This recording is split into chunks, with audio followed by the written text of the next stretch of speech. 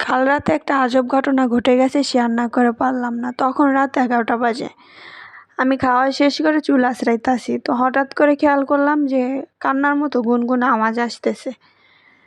তো পরে চুল আঁচড়ানো শেষ, তাও এরকমের শব্দ আসতেছি। তারপরে আমি ভাবলাম হয়তো পাশের বিল্ডিংয়ে মাদ্রাসা, হয়তো কোনো বাচ্চা ছেলে কান্না করতেছে। মাঝে মাঝে এমন হয়, দেখা যায় যে ছাদের ওপর তাকালে দেখা যায় বাচ্চা ছেলেরা চোখ মুছতেছে, কান্না করতেছে।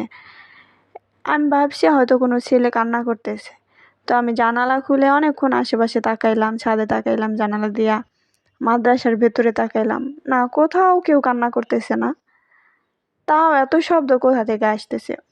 অনেকক্ষণ এভাবে কাইটা গেছে, আমার চুল আঁচড়ানোও শেষ। এখন ঘরের ভিতরে হাঁটতেছি, তাও এমন শব্দই আসতেছে। টেনশনে পড়ে গেছি, কে কান্না করে, কে কান্না করে না, কেউ কারো বউরে ধরে পিটাইতেছে নাকি। এমন ভাবতে ভাবতে তারপরে কাউরে খুঁজে না পাই হাল ছেড়ে দিছি, কই থাক গা, যে কান্না করে করুক, আমার এত দরকার নাই। তারপরে গেছি বারান্দায়, ঠান্ডা পড়ে গেছে, কবুতরের খাঁচা ওড়না দিয়া পরে ঢাইকা দেই, নয়তো ওদের ঠান্ডা লেগে যাব, যে মৌসুম চলতেছে ঠান্ডা গরম। তারপরে অনেকক্ষণ ওই জায়গায় দাঁড়ানোর পরে ভাবতেছি যে শব্দটা আরো বেশি শোনা যাচ্ছে। তারপরে অনেকক্ষণ শোনার পরে বুঝলাম যে পাশের বিল্ডিংয়ে এক লোক নাক ডাকতেছে।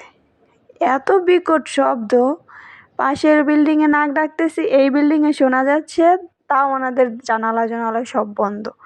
তাহলে বুঝেন যে কি শব্দ কইরা নাকটা ডাকতেছে।